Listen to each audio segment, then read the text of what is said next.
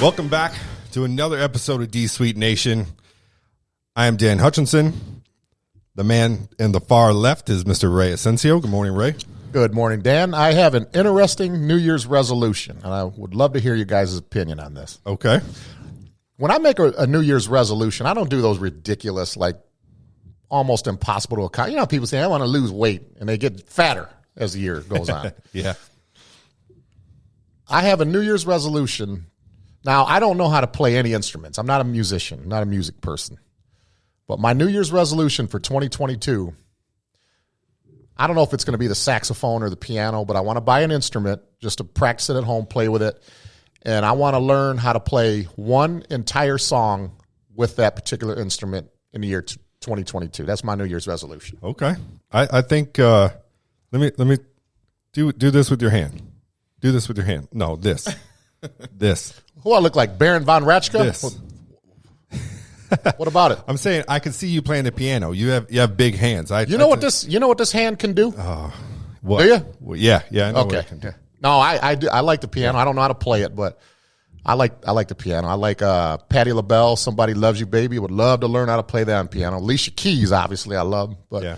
I might do Smooth Operator by Sade. Yeah. Or Careless Whisper. Okay. Yeah. Piano. But I want to learn how to play a song in its entirety. I want to learn it on my own, practice it, and do it. Okay.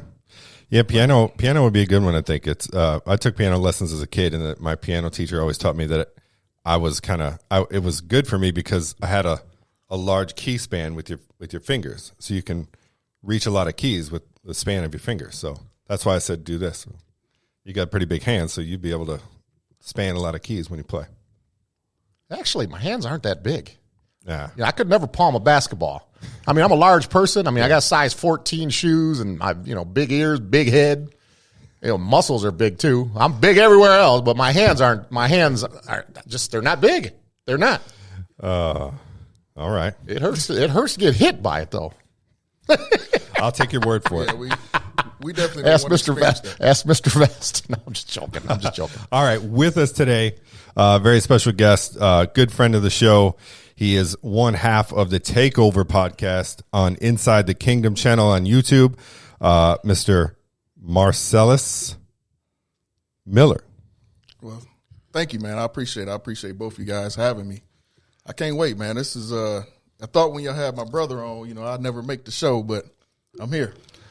I'm a fan of your podcast show. You and Justice, man. I watch that, man. You might not know it, but I'm somewhat of a spiritual person myself. I'm a little more private, like I've learned to, like when I wake up in the morning, I thank God that I woke up, okay? Because, we ain't guaranteed to be here tomorrow, right? So, yep, I thank God when I wake up, whether you know it or not, I pray all the time that my friends and their kids and everybody, I pray all the time. Now, my prayers are probably only 10 seconds long, but I do pray, okay? I'm one of those people when I send prayers to somebody, I actually literally pray. Right. It's not just words. You know how people can say, oh, we're sending prayers. You ain't praying. Okay, I forgot, Dan. We're not going to curse today, okay? For either of us, any curse words will get edited. Okay. Because I almost just slipped right there. Okay, no curse words. Yeah. We need to put the crown royal back on. Yeah. I've been a bad influence on him on the cursing because when we first started our show, he didn't check me, but he's like, damn, Ray, you sure did curse a little bit. But now he curses more than I do. I love it, though. But no, not today. Today's going to be different, though. But yeah, I've learned to do those things, man. I got two good pastors that that I can count on and, when I need a little guidance because, I used to use my dad for that, when my dad was still here. And because me and my dad were like you and your dad, same thing, man. And but yeah, I have Chris Martin and Flint, and I have Sean Bivens and Saginaw. When I'm down on my luck, they always know how to cheer me up. And I've even called Dan a few times, and I'm kind of Dan's pretty good at he's kind of good at making me feel better. Sometimes you just got to hear the voice of, if not your pastor, just a friend, a good friend. But yeah, the plan for the future, but live for today because tomorrow's not guaranteed. Yeah.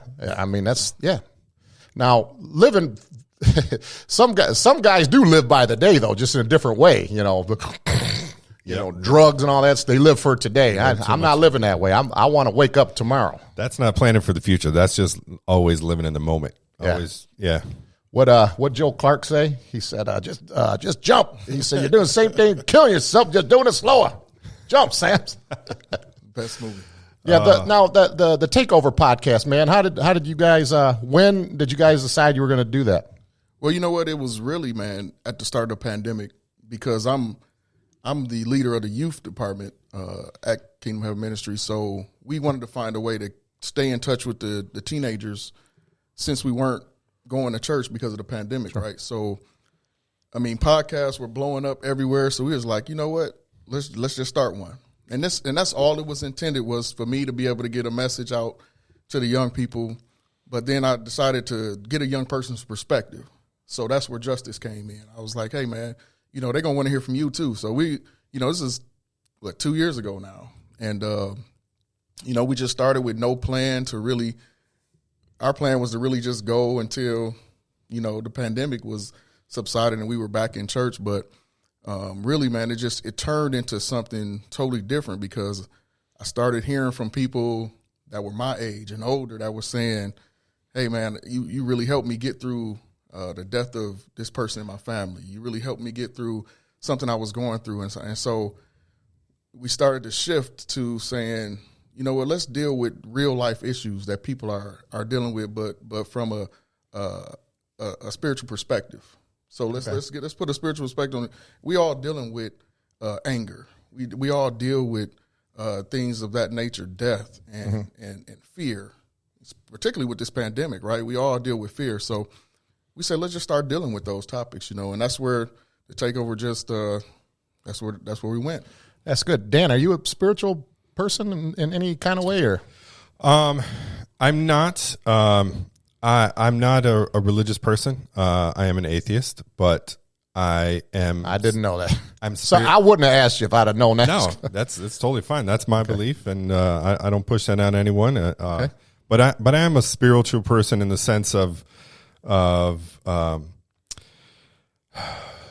you know, I might not be religious, but I still live by those kind of morals and ethics, if that makes sense. You know what I mean? I believe in karma and energy, and, you know, you get what you give, and if you put good things out in the world, good things will happen to you. And so I'm spiritual in a way, but just not in the religious sense. Okay, didn't know that. One thing we can't agree on, whether you're a Christian or atheist, one thing we can all agree on at this table, when we're no longer here, we will find out. Yes, we will. Right.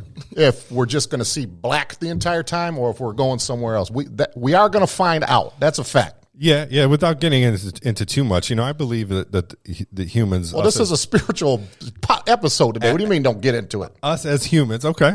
Us as humans, we could talk about Urban Meyer later on. We're talking spiritual stuff now. We have a soul.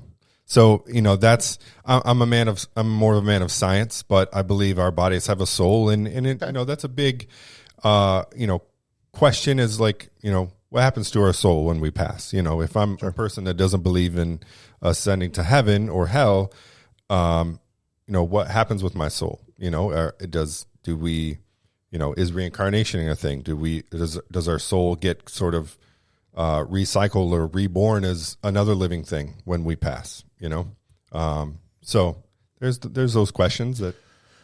Okay, I'm gonna tell you what changed me. I mean, I was never an atheist, okay, but I wasn't really like trying to like get close to God until something, man. Now this really happened, okay? What changed me is when my dad was in hospice. Me and my sister were in the room, and, you know, I don't know what we were doing. We're just, I don't know, probably reading a book, just chilling out. And that was the first time, I'm not making this up. Dan, you're probably going to think I'm making it up. No, God actually talked to me in that room for the first time. Told me that my dad was going to be okay and that we're going to be bringing him home soon. That's what God told me that. I'm telling you, I told my sister that. I started tripping out, man. That's the first time I've ever had an experience like that. Because that's the first time I've ever lost like someone that close. Okay, having to say goodbye to my dad. Had to, you know, bury my son a few years ago. When you lose somebody like that could change you. I'm not saying it will, but it could. So that was my first real experience with God. He literally talked to me. I heard his voice, I felt it, and I heard it. And it actually made the rest of the hospice visit my dad had till he passed away. I'm not saying it was easier, but for me, knowing that my dad would be in a better place when he's no longer here, that changed me. I had a very similar experience with my grandmother. I was young. I was 12. So, I knew my grandmother was sick, but I didn't know how sick. I didn't really understand all the details. She was a nurse, and she had cancer, and she didn't want to go through chemo. She had made a decision. I'm not doing it. I see what it does to people. Mm-hmm. She had made a decision, but what I learned afterwards and looking back is she went those last few days. She made sure she brought in all the people she wanted to talk to. She made the grandkids come to the house and spend more time with her a particular day. Then she brought in her pastor. She brought in her children the day she passed. So my dad and his siblings, and she told them, and this is similar to what you said, but she told them, she looked around the room and they said she had a big smile on her face. And she closed her eyes and they thought she was gone. But then she opened her eyes again and she looked around and she said, "I'm gone, y'all." Just like that. Wow. And then that's when she passed away. And, it was one of them things where you really start to believe that we have some part of the decision making sometimes. We're going through pain and suffering, I think, a lot of times. And then when her husband passed, I remember him being in the hospital. He had an aneurysm, so he was not communicative. But at some point, we just all was able to say, "You know what, Granddad, just let go." You know what I'm saying? We're good now. And that, it's like almost right after we said that is when he took his last breath. But I contend, man, that we never tried, like Dan being an atheist or whatever. You know me a long time. You never seen me hit nobody over the head with a Bible, because that's not my responsibility. My responsibility is if somebody asks or somebody seeks the information, then I'm responsible enough to give it to them in the way that I know how, with the knowledge that I have.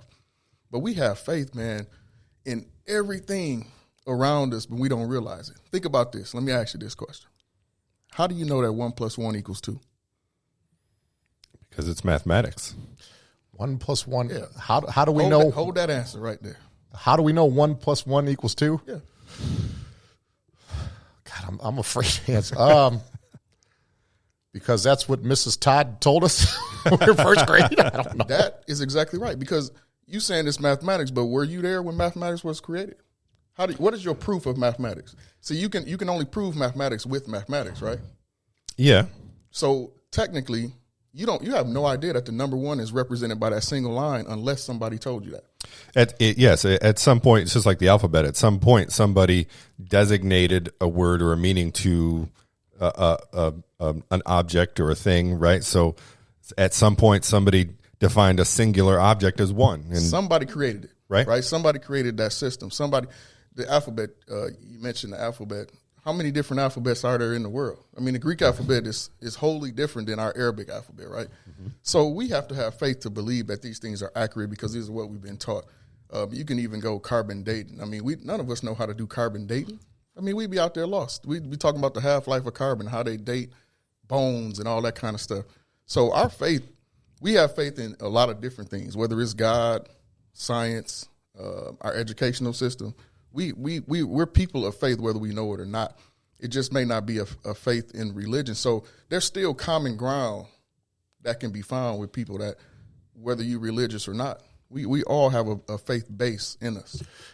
Yeah, you're right. Now, something I've been working on, like in the last 10 years, I'm getting a lot better at this. I still got some work to do, but I've learned what the words love and forgiveness mean, okay?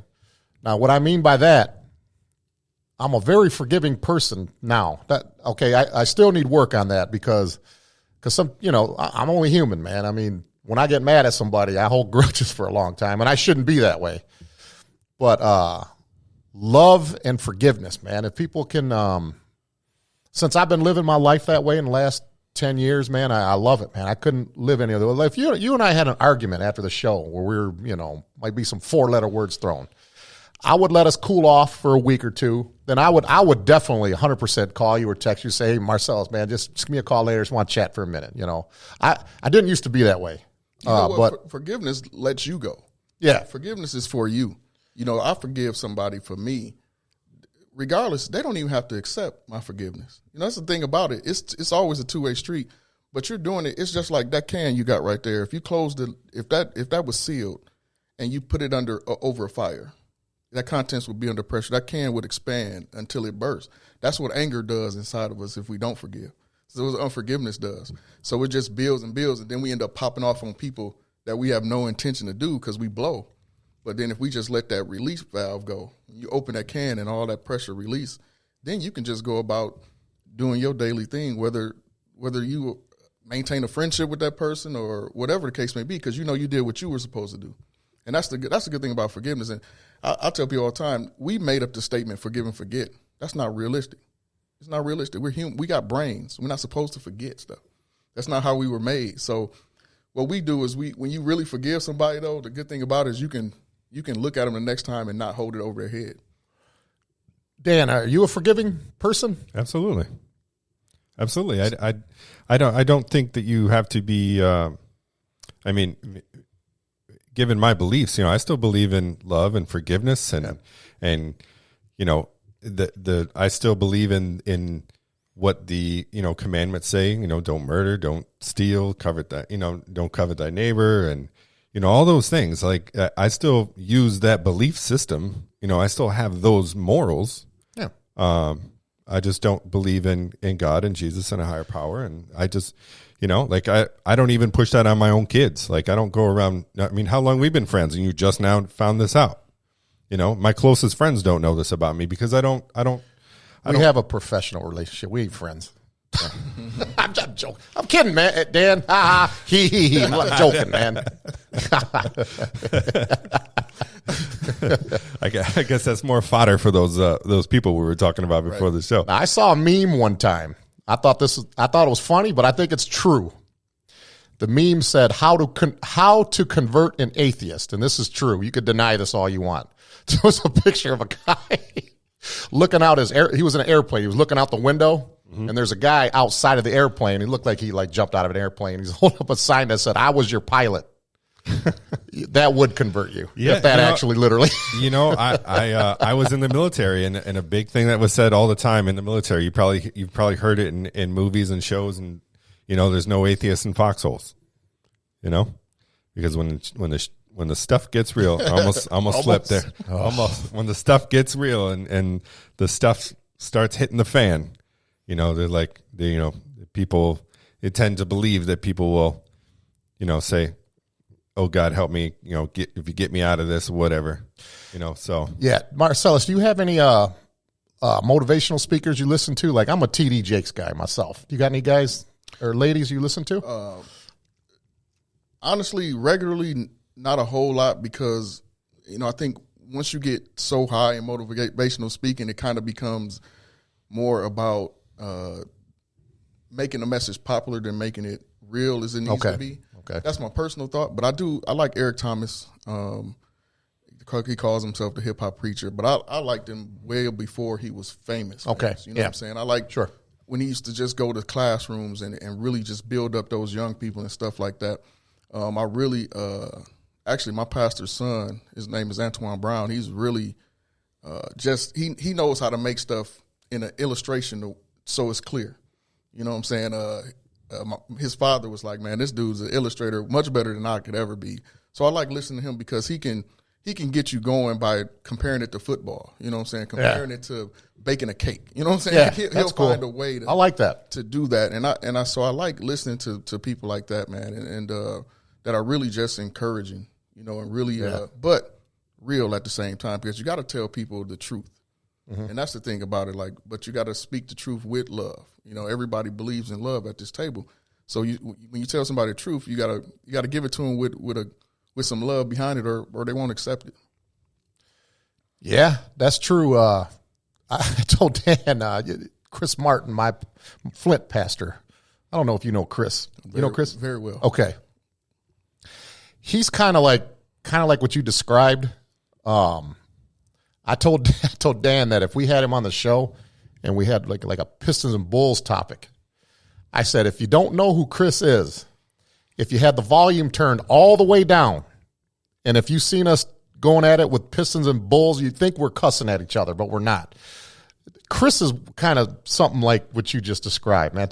That's good for me, man. I love people like that. I always feel good, man, after I talk to Chris or when I listen to him, because I listen to him a lot, man, and I always feel good after. You know, I've learned to, I appreciate the things that I have, and I don't get caught up over things that I don't have. I always just am appreciative of what I have, like this podcast. You know, good career, roof over my head. You know, I eat, the bills are paid. I'm grateful for all that. You know, so when people ask me how I'm doing, you know, I always tell them, you know, I can't complain, man. You know, God is good to me. You know, a lot of my successes didn't come till like after the age of 40. You know what I mean? And I'm still striving, and I pray all the time, and hoping for bigger and better things, and hoping to, you know, I like talking to kids and stuff. I love, you know, having people on here. And this is just my way of giving back, man. This was like God's plan for me that, you know, one day, you just, because I don't play sports anymore, you know, because all that running up and down, I can't run with them young kids, you know what I mean. Oh, yeah. But something like this, like what I'm doing here, we talk sports or what we're talking about now. I mean, I could do this till I'm 90. And I'm actually, I love calling Dan throughout the week and bothering him about these podcasts. I know I bother you sometimes, man, because I do a lot of whining and complaining, man. And yes, and I'm thankful. No, listen, I couldn't do it with anybody other than him, because Dan understands that's just you know, Ray probably been on the road all night. You know, he's fired up like always, and you know, but Dan is good about like putting up with it, But no, I'm thankful for everything that I got, man. I got a grandson coming next month. You know, I have 2 grandbabies, but thankful for that. So, Grandpa Ray. Yep. So just be thankful, you know, be thankful for the stuff you have, and don't worry about the stuff you don't have. That's the way I live, Marcellus. I couldn't agree more, man. Yeah, that's exactly what I said. Live in the now. Enjoy what you got. You know, plan for the future, but enjoy what's right in front of you right now. Yeah. Yep. Now, another thing I was wondering, your podcast partner, Justice, how do you guys know each other? Oh, I grew up with his father. Okay. So Justice is a younger guy. Yeah, he's 20 years old, just turned 20. 20? Oh, wow. I thought he was a little older. You know, I was gonna ask you that, and I was like, a kid. He didn't look like a kid to me. He didn't. He always carried himself like that. Yeah, I would have thought. I 26 or 27. I mean, I knew he was younger than Marcellus, but yeah, I didn't know he was that young. Just turned 20 this year, and yeah, I grew up with his father. His father's like a year or two older than me, same age as George. I think he's around y'all age, and you know, he's just you know, like a little nephew. You know, so I had to beat him up half the time, but stuff y'all don't see on camera. You know, I had to beat him into submission, but man, he's a good young man, and and to me, it was like a natural mentor type relationship. So it was like, well, we might as well take this stuff and put it on camera, you know, and and we got a natural rapport, because I'm always messing with him, and I'm always riding him and stuff. So we can go back and forth, and I kind of, and initially he wouldn't say much. He wouldn't say much back. Like, he was kind of scared. Yeah, I think he really thought I was gonna hit him sometimes when I threatened. But now he had no problem coming back and snapping back at me. You know, and just, that's the way it ought to be. That's good. Makes it fun that way. Yeah, he speaks and carries himself very well. I wouldn't have thought he was 20. I wouldn't have thought he was that young. He was happy to hear he had a fan, though. Oh, I love him, man. He's got that charisma. He got good charisma. Yeah. Both you guys. The comparison I would make, like, to your Takeover show, like to ours, we have a similarity. Like, when I watch you and him, you guys are totally different. I don't know if I want to say characters, but your persona on camera is 100% different. He's kind of more that Kevin Hart kind of that Kevin Hartish kind of little brother kind of thing, and you're the serious, you're the mentor. He's the Ice Cube. He's Kevin Hart. He's Ice Cube. Yeah. And same like Dan and I. You know, Dan's more professional. You know, carries himself like a professional. You know, speaks well. Pretty knowledgeable. Okay, ain't as smart as I am, but I'm more of the, you know, I'm just kidding, Dan. I'm more of the, like when I have guests in here where I can act stupid on you. I'm more of the, wrestling promo guy. We definitely totally different. I mean, he knows very little about sports. He's not a sports guy. I'm all into it. So we're definitely very different. But that, to me, that's kind of what works. You know what I'm saying? You don't want the same perspective all the time. You want to be able to hit things from a different direction. And maybe he sees something because he is closer to the age that a lot of these young people are going through. I can see it, but he's in it. You know what I'm saying? So it's like it works well that way. And man, I mean, I give him credit because you can see the growth. And we've done, like we used to do the announcements at the church during Sunday service. We used to record announcements. And so we would do all kind of skits and stuff. This is back when he was 16 years old, so we've been doing things together on camera for a long time now. So it was just building kind of that rapport. Yeah, it was kind of a natural progression. So I was working with him when his voice was cracking, Steve. Well, that's what makes it good. That's what makes those shows, and that's what I think makes our show good is we have that, the yin and yang. You need that balance to balance each other out, to give different opinions, and to make things just entertaining. Yeah, man. I like I said, we 70-something episodes in now, so we in it. Congratulations. And Justice, if you're watching this, you do a great job. Keep doing what you're doing. Puff out your chest and don't take too much stuff from this guy. And you're more than welcome to come to our show sometime. So there's an invitation, in the future. If he ever wants to come and talk about something, wants to promote something, he's more than welcome to sit in that chair too.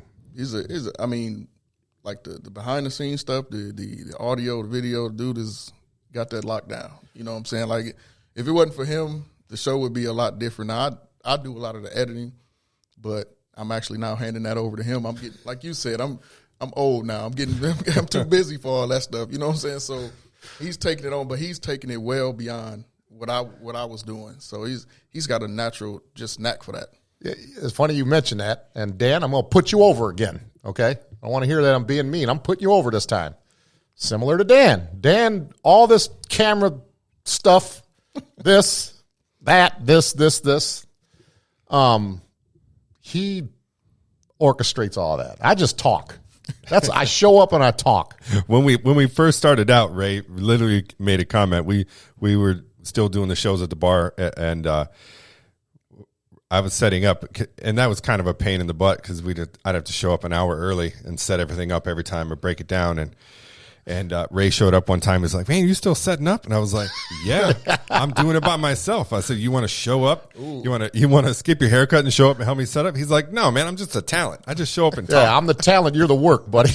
Yeah, I'm telling you, that guy will show up early. Justice will show up early. He'll get everything ready within reason. Then I'll have to come and I'll tell him, "Nah, I need this over here." But and like I said, I taught him how to edit basically, but then he took that, and he's just so inquisitive and so curious that he just took it to another level, man. Took it and ran with it. So it's like, hey, man, and we plan on trying to do more like you guys do. So we plan on, in this season coming up, to have more guests on and really do a lot more talking to the people about people's things. You know what I'm saying? So one of my the guys I do security with at the church, he always says this comment: people do people things. You know what I'm saying? And I find that more and more, see, as long as you're dealing with people, don't just expect anything. You know what I'm saying? Because people going to do what they do. So, yeah. Yeah. The thing I find really entertaining about your podcast is that you talk about things, you get into real world issues. Sometimes you tackle, political issues and issues that are happening to all of us right now. And you give opinions that aren't, let's say, left or right or coming from any kind of agenda, right? You just present what's going on, give your own opinions on it. You state that it's only your opinion, and it's like conversation starters. You're just talking about this stuff. You're not giving an opinion. You're not telling people what's right or wrong. You're just like, hey, this is what's going on. This is what I think about it. Justice, what do you think about it? And I think you guys do a really good job of that. I appreciate that because, it's a goal. We never want to make it seem like we graduated to some perfect level.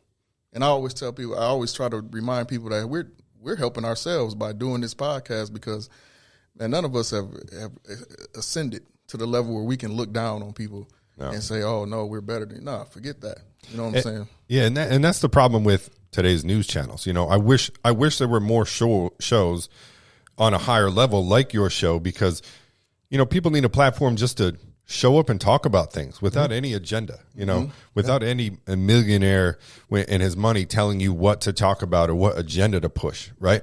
Just get together and talk about it, have a conversation about what's going on in the world instead of pushing some kind of narrative to the people that are watching your show.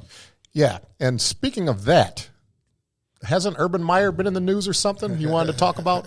Yeah. Let's get to that. Yeah, Marcellus, I want to get your opinion about, as I'm sure you know, We're going to get in a little bit of sports now. Urban Meyer. That's a nice truck you got, by the way, out there. Thank you. Appreciate it. Urban Meyer fired from Jacksonville after only 13 games. I don't know about you, but I saw the writing on the wall a long time ago. For those of you that don't know, a laundry list of reasons why Urban Meyer is no longer the head coach at Jacksonville. He back in February he hired I forget his name. I don't know if we want to say his name, but some strength and conditioning coach from Iowa that was racist and bullying towards black athletes. That lasted all of 2 days. Brings in Tim Tebow in camp to play a position he never played. Tight end. That was a failure. He got cut during the first round of cuts. After a game in Cincinnati, Ohio, where they lost, he decided not to fly back with his team after a loss, which is an unprecedented move by a head coach in the NFL. Stayed back, went out to his bar, Urban Meyer's Chop House or whatever it was, and was caught on camera with a female that was not his wife, pretty much getting a lap dance and doing some finger gun action in places we won't talk about. Why not? I'm just kidding. We trying to keep it clean. So I know. I'm just joking. And then the most, couple weeks ago, after a game, he kind of publicly lashed out against his assistant coaches and saying, I'm a winner. You guys are losers. Get your stuff together. That came out in the news. And then more recently, a couple days ago, the day before he got fired, it was released that earlier in the year during camp, I think, he kicked former kicker Josh Lambo in the leg, walking by him.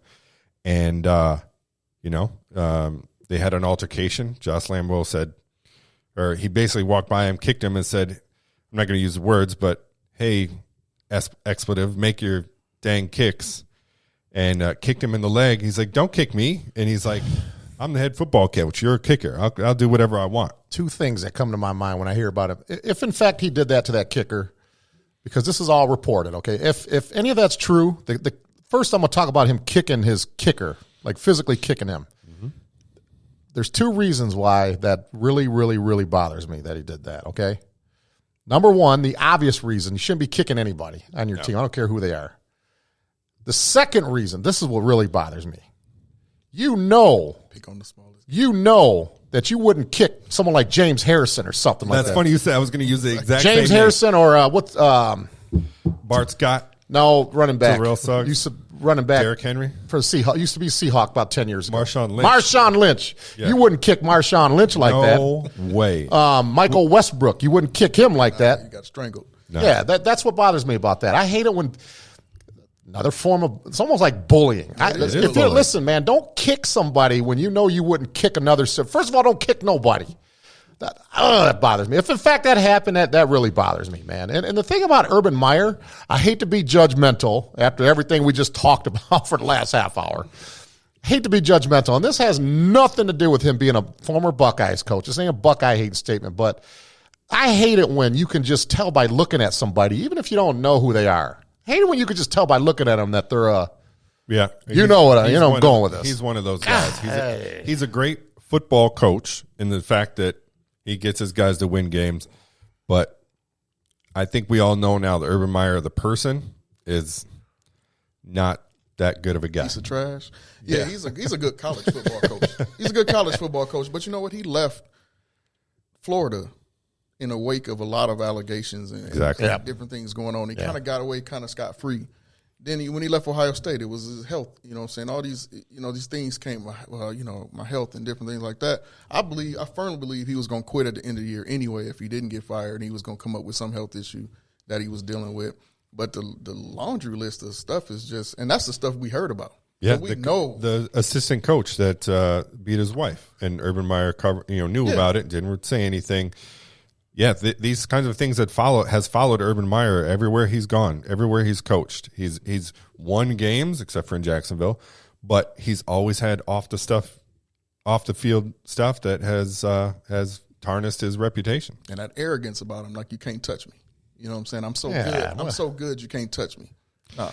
Yeah, and a lot of people say, that's what they say. NFL, you can't. This grown men you're coaching now, right? Not college kids. Right. And my thought is like, well, if that was my kid in college and I heard about the coach doing that, I'd be knocking on his door, and let me kick you. I'm going to kick you now. You don't kick my son. I don't care if you're the head ball coach or what you think you are. My 18-year-old, 19-year-old, 20-year-old kid is still a person. You just don't coach like that. And whether it's in college, definitely not in the pros, because those are grown, men.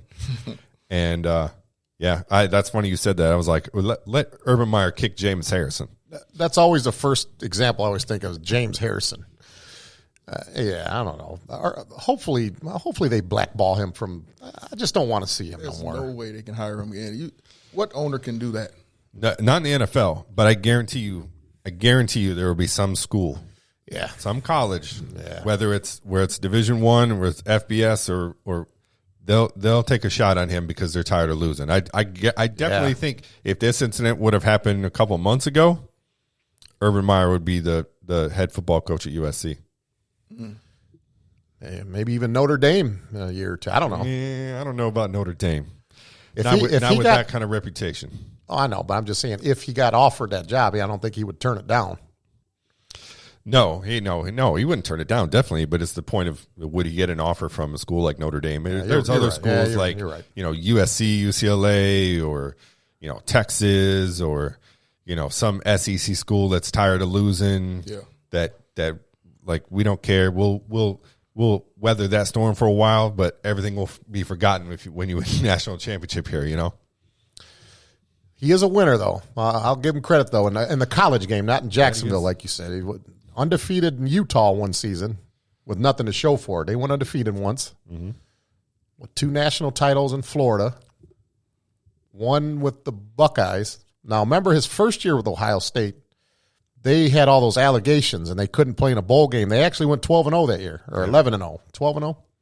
So, definitely a winner, but I don't know why people got to carry themselves that way, though. Yeah, I questioned that hire right from the start, because you're talking about Jacksonville having the number 1 pick and taking Trevor Lawrence. Urban Meyer, as a football coach in college, with the exception of maybe Alex Smith, has never groomed an NFL quarterback or has never produced a quarterback into the NFL. He's had a lot of great quarterbacks play for him in college. Alex Smith, Tim Tebow, Troy Smith. Technically Cam Cardell Jones, RJ Barrett, Cam Newton, all these quarterbacks, and now, T.J. Barrett. Justin Fields. Was it T.J. Barrett? JT Barrett. I got the letters right. The basketball player from Duke. T.J. Barrett, yeah. So all these guys, he's never really produced a successful quarterback in the NFL except for Alex Smith. Mm-hmm. So why hire a coach like that doesn't have a pedigree of being a QB coach, right, or developing a quarterback? Why put him in charge now of your number 1 overall pick, Trevor Lawrence, who's been the most highly touted quarterback prospect since Andrew Luck? I just questioned that from the beginning. Yeah. Are you still a Bears fan? Chicago Bears absolutely. fan? Let me ask you something, man. What kind of sad to see what Steve Mongo McMichael's going through, man, right now, man. What you got anything to say about Steve McMichael? Man, you know what? Steve McMichael is one of the guys that you think about when you think about the Bears. Yeah. You know what I'm saying? He's a Bear through and through. Yeah. And so he exemplifies Chicago Bears. Yeah, I agree. Unfortunately, we've seen Jim McMahon go through a lot of things. Mm-hmm. We obviously lost Sweetness some years ago. Yep. And you see these guys, man, and these guys you grew up idolizing, and you grew up, really making you love the game. Mm-hmm. And to see them going through things, man, and it's tough, man. Even more newer, what we just saw with the information with Vincent Jackson coming out, that he had CTE when they found him dead and stuff like that, man. And these things that these guys are going through, whether it manifests in sickness or whether it manifests in them acting out in violent ways and things like that, we know it's based on something different. And so when you see these guys going through things, man, you can't do anything but feel for the family and just hope that there's some type of breakthrough and there's some type of something that'll just help. Yeah, that 85 Bears, because, we're old enough to remember that 85 Bears team. Man, if Buddy Ryan, if Philadelphia wouldn't offer him that job, if he would have stayed their D coordinator, let's say another 4 or 5 years, maybe a couple more Super Bowls. Yeah, we would at least had another one. We at least had the next one, maybe more. But he was definitely the key. What brought that team together was Buddy Ryan. And that's why they treated him like they did after the Super Bowl. And carried him off too. That was a fun team to watch. Dan was a big Dolphins guy back then. Dan likes Dan Marino. But ironically, my brother George loved Dan Marino. Yeah, he loved Dan Marino and those Dolphins. I like Marino. Who didn't like Marino? I like Marino. 72 Dolphins, the only undefeated, truly undefeated team. Who was their quarterback? It was. Come on. Was Bob Greasy? Very good, Dan. Yeah. All right. Yep. I knew that. Ryan, I forgot Ryan ain't here, right? Ryan, where's the applause meter? Where is Ryan, by the way? You Ryan's in Frankenmuth today. He couldn't join us. Frankenmuth, huh? Yeah. Eating that good chicken, my favorite.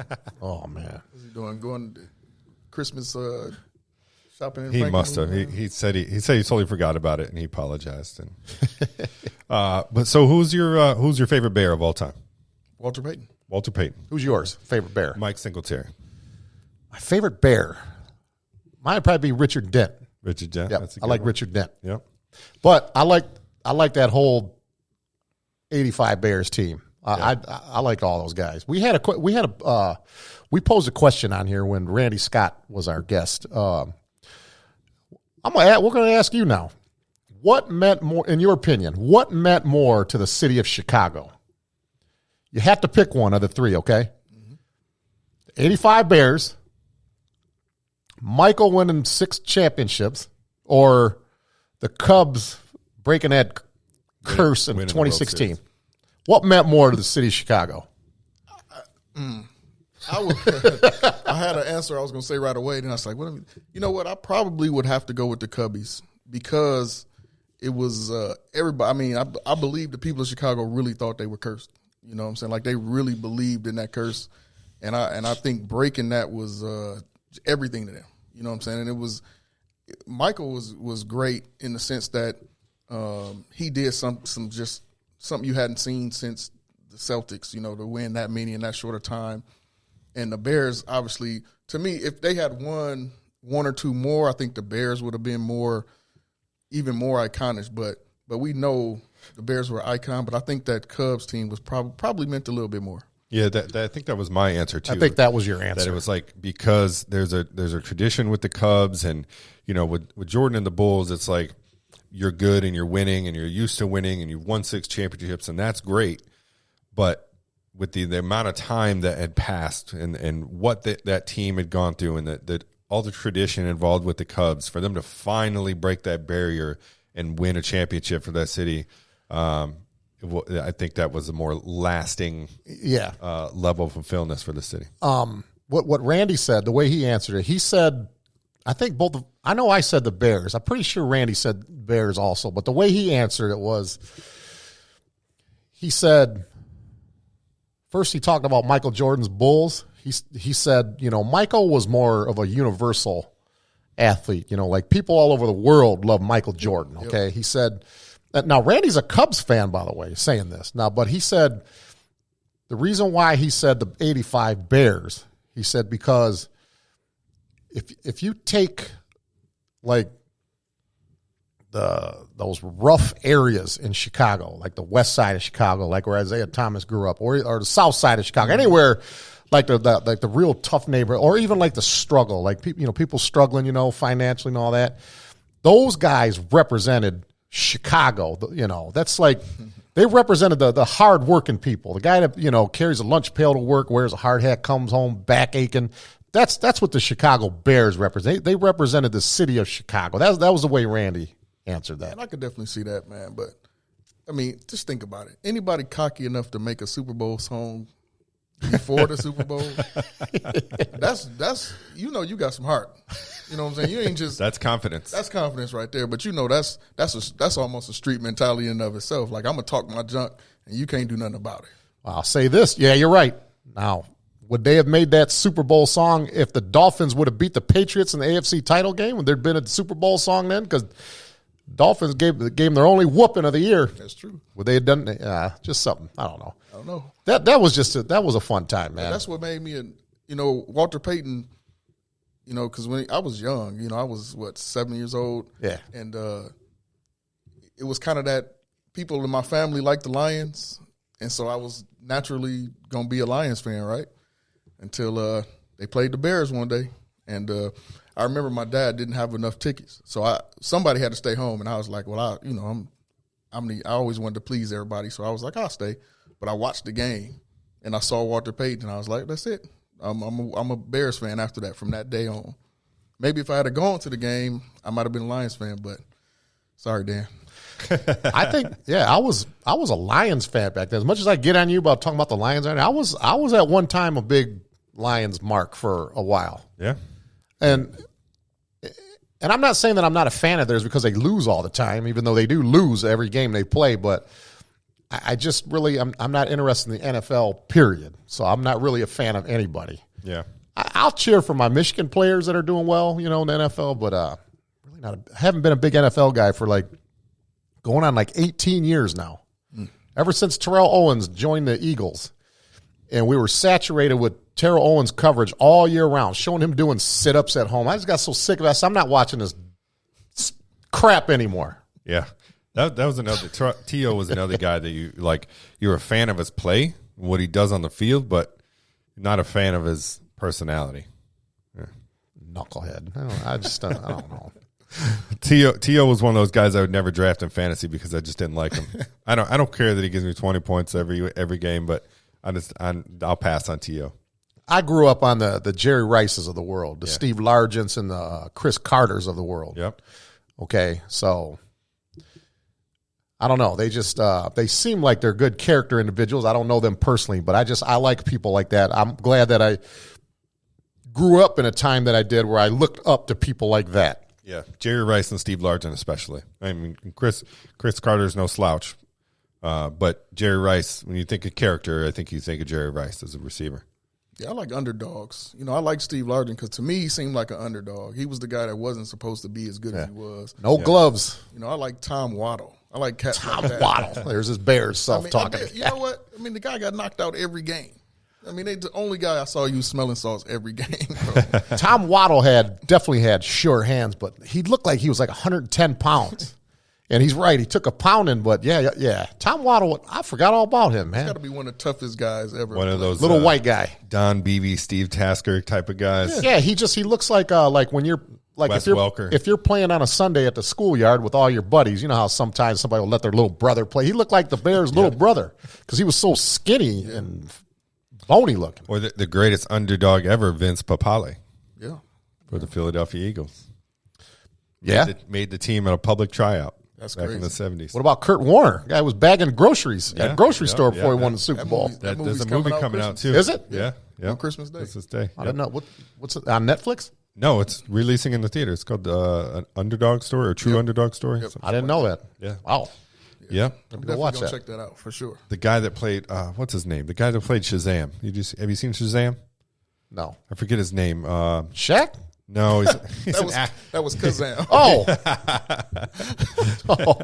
I forget his name. Wait a minute, I probably should. That probably says a lot about me that I know that. Man, why can't I think of his name? It's the guy that played Shazam in the movie. He used to play he's got to start from an NBC sitcom called Chuck. I forget his name, but he's playing Kurt Warner. I'm encouraging guys to go see King Richard. I saw it. Yeah, you told me about that. Yes, See it? Did you see it already? No, I haven't seen it yet. But very, very good. Yeah. Very good show. You're going to get mad at the beginning, man, when I don't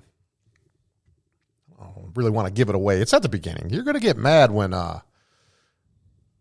Richard is taking Venus and Serena, just for practice and a hit, and he's gangbangers are messing with him and they beat him up. Oh my God, that's going to make you mad. I thought you were going to say like he was like a Joe Jackson type of dad. No. I'm talking about when the neighborhood guys were beating him up. Okay. He had some Joe Jackson in him, but he didn't take it out necessarily on the kids. Yeah. You know what I'm saying? He was very firm, very direct, but he wasn't like hitting them and stuff like that. But maybe that's more why his marriage didn't work. Like Earl Woods. yeah, a little more Earl Woods in him than Joe Jackson. But it's a great story, and the good thing about it, it was a story that Serena and Venus wouldn't sign off on unless it was told with their approval, and with him as the focal point. They didn't want to be the focal point. You know what I'm saying? They specifically said, if it's about us, we can do that anytime. You know what I'm saying? This needs to be about the real story behind us, which I thought was pretty cool. Yeah. You guys know what I've been doing last week? Well, I know you know. You know what I've been doing? What's that? Let me see. Last week, I left home at about 6 in the morning. I drove all the way to Tucson, Arizona. When I say, look, not to hang out, I drove all the way to Tucson, not straight. I did like Thursday night, after 16 hours of driving. I did stay in a town called Mineola, Kansas. At a very wonderful motel, I saw. Oh, beautiful. It was a beauty. Didn't the ceiling fan blades were beer bottles? Budweiser fan blades. And I'm surprised nobody commented on the space heater I had. That used to be a gun safe. They made a space heater out of it. Yeah. Wow. That's an old gun safe, man. Door was unlocked. The door didn't lock. This Hindu looking guy, he was kind of rude, man. But I called him because it says on the door, if no one's here, call. So I called the number, and here he comes out of the room with a shower cap on. He tried to get cute at first, but I was tired. I didn't like say anything, but I made it clear that, I ain't gonna listen to your crap, but yeah, I did that, stayed there. And then the next day I drove all the way to Tucson, picked up my friend, and then came back. No, stayed in a hotel that night, then made that long journey back. I still made it to work Monday because I wanted to work, man. It's almost the holidays. I'm gonna have a few days off. I gotta make my money, man. Kids got to have a good Christmas. You know what I'm saying? Oh, yeah. So I drove all the way back. Saturday night, we stayed in Greensburg, Kansas. And then we came all the way home Sunday. I went to work Monday, and of course I went to Louisville, which I only go there like once every 2 months. I went there twice this week. Huh? Yeah, I called you Sunday night at 10 o'clock, and you said you were still 3 hours from home. I appreciated that. I was in Chicago at that time. I appreciated the phone call, checking on me. You said you were checking on me. Yeah, and then I've driven, long story short, Marcellus, I've driven 6,500 miles in the last week. And I'm tired, man, right now. I'm burnt, but that's how my week went. Yeah, I tell you what, I don't even like driving. Matter of fact, my back wouldn't let me drive that long. Because after about 3 hours, I got to stand up and stretch. I got to do all this stuff. Yeah. I can't do that driving like that. But did you get barbecue when you was in Louisville? No, you didn't. No. When I'm working in Louisville, I do my job, and if I'm not staying in a hotel, I go straight home, man. When I'm on the road, I don't like go sightseeing. I don't do this and that. I have been to a restaurant in Louisville a couple years ago. I don't remember the name of it, but that's when you're traveling. It's not sightseeing. There's certain states if you're in that state, you better not drive through Kansas without stopping somewhere to get barbecue. You better not drive through Memphis or Texas. I'm on a schedule. Louisville, I'm a schedule guy. I'm on a schedule, man. You know what I mean? You gotta I pick don't that up care. on the way out or something, man. Listen, I went to Indiana, the bottom of Indiana. One day I had to drive my pastor there. I left him in a hotel and went across the border to Louisville to get some barbecue, man. Because it's the down south smoked barbecue. It's not the stuff you find up here. It's the smoked barbecue. It's what I do up here. But man, it's like you just different. It's different. Barbecue in Texas and Kansas City and Kansas and and Memphis is like those. There's not barbecue like that anywhere else. They don't do it like they do there. Do I live in an exciting life? Be honest. Do I live an exciting life? Do I take vacations? Do I go do this and that? What do I do? Name one thing I've done exciting since you've known me for 11 years. That's subjective. I can't say whether your life is exciting. You know what I do. I'm a very bland and boring individual. When I'm on the road, I go there, I drop off, I come right home if I'm not in a hotel. But you enjoy a good meal. Yeah, I'm usually a dollar menu guy when I'm on the road. You got to start paying attention to that. When you go to these different states, find out what's unique about that state and experience something unique from that place that you're going. You'll remember it more. You won't be the same. I'm telling you. I started smoking my meat instead of grilling it because of that experience. Okay, I agree with you guys. I'm not disagreeing, but if I stop for barbecue, whether it's in Louisville, Kansas City, Tallahassee, Auburn, Alabama, that's a difference of, am I going to get home at 11:30 at night or 4 o'clock in the morning? No, man. It don't take that long. It don't take 4 hours to eat. And I'm telling you, in these places, you don't have to go to a restaurant. There are little roadside places. They have restaurants built into gas stations. It's everywhere, man. I know that. I've been all over the South. Been in Lincoln, Nebraska. I've seen Kansas City. I've your seen plate, all. Get in the truck, take 20 minutes, eat it, and be on your way. I'm on a schedule, man. I want to get home. I want to get I want to get. Get it, Marcel. I don't get it. You don't get it. You got it. You got to experience these things, man. Especially when you're traveling. That was one of the beauties. I'm working. I'm not traveling. I'm working. But you got to eat at some point, right? You are traveling. We just want to take that time you spend at McDonald's and move it over to the smokehouse. That's all. You're traveling from work. You go to different states. You travel from state to state. That is your job. I know, but 95% of the time I'm not staying in that state. I'm coming home. Sometimes I got to drive 6 or 7 hours to get home. Yeah, I know. And I want to get home. I want to be in bed I know what time I'm going to be in bed, and I want to drive a lot of miles the next day too. I want to do it all over again. I don't want to do I go to bed early? Yeah. Marcellus, I start hitting the hay around 8:15, 8:30. Wow. That's when I lay it down. I go to bed early. I'm an early guy. But that don't mean you can't stop and smell the roses sometimes. See, you're gonna make me swear now. Okay? No, I'm not. No, listen. When I have an assignment, okay, I get it there and I go home. When I'm working, it's all about working. I don't care about eating. I don't care about hooking up with her. I don't care looking at this, doing a little stadium tour. I don't care about none of that stuff. The only time I would care about that, if I was staying the night at a hotel and I got to the hotel a little early, if I got a little time to kill, of course I will. But when I'm coming home, I'm going home, because when you're at work, whether you're that pencil pushing job you got, what is the name of that? Whatever the name of that company is, and then your job. When it's time to go home, it's time to go home. Well, I'm not mad at that. we just planting the seed. Though. I get that. But what I think.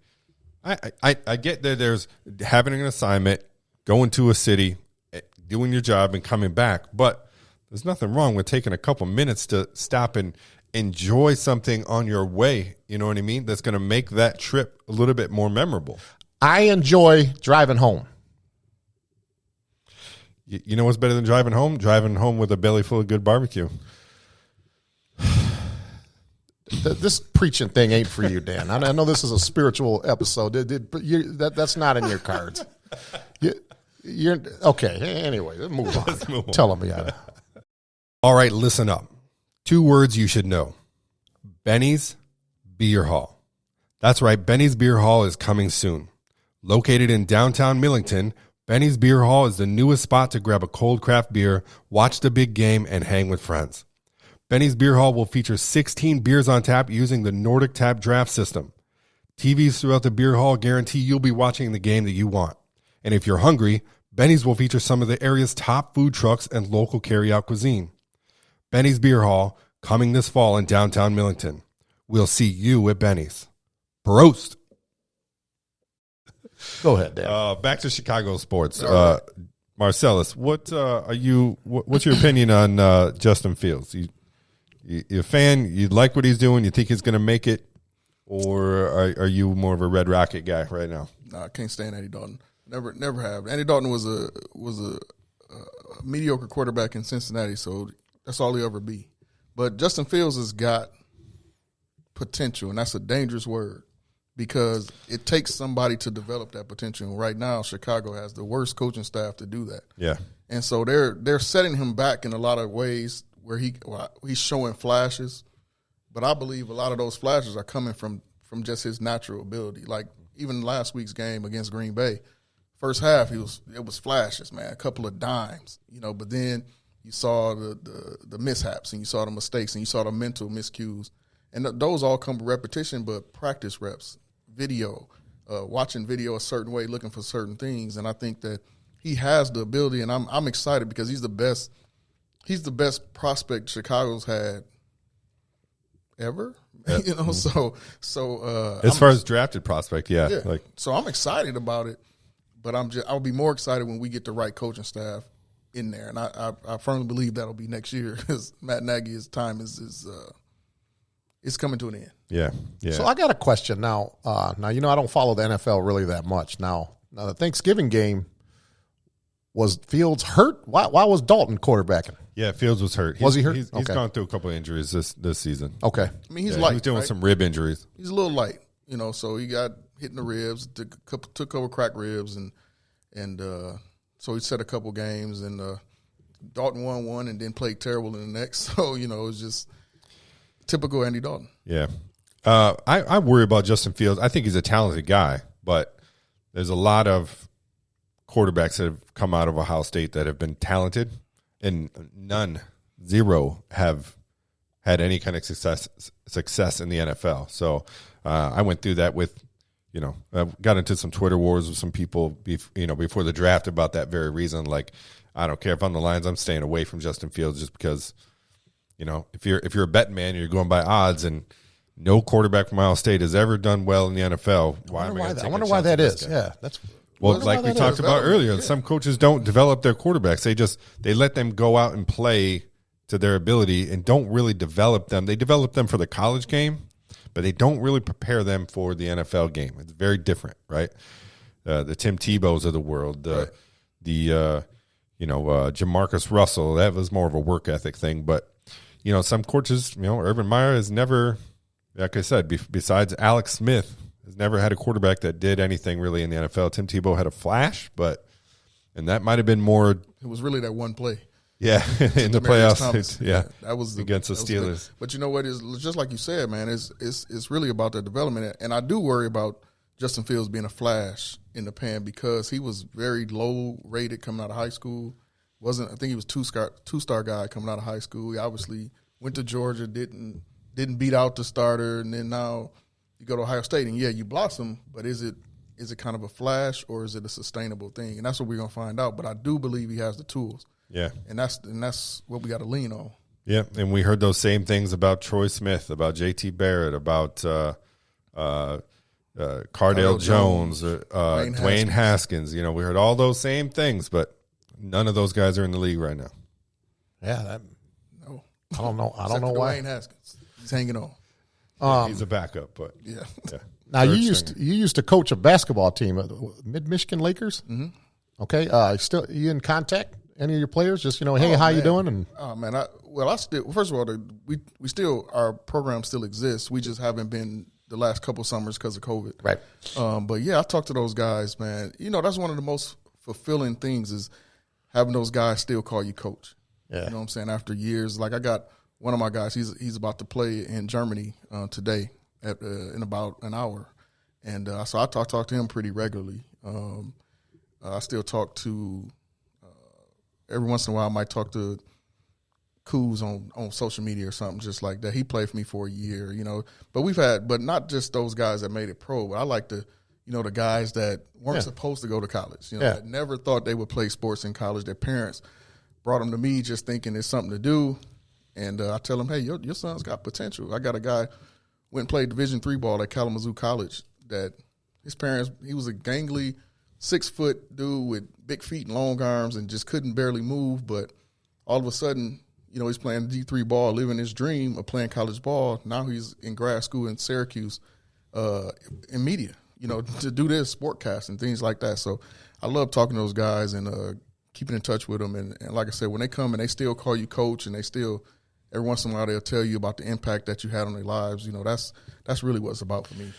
Yeah, I still call Mr. Ufinger coach. I call him coach. Is it natural to call a former teacher by their I don't care if you worked with them or not. By their first name? Can you call a teacher you've had or coach by their first name basis? Nope. Nope, because if it's a coach, if they coached me, it's always coach. Yeah. Right? Because it's kind of a title, right? It's coach, or if it's an old teacher, it's Mr. Like one of my favorite teachers in high school is Mr. Yoder. If I saw Mr. Yoder right now, I would still say Mr. Yoder. Hey, Mr. Yoder, how's it going?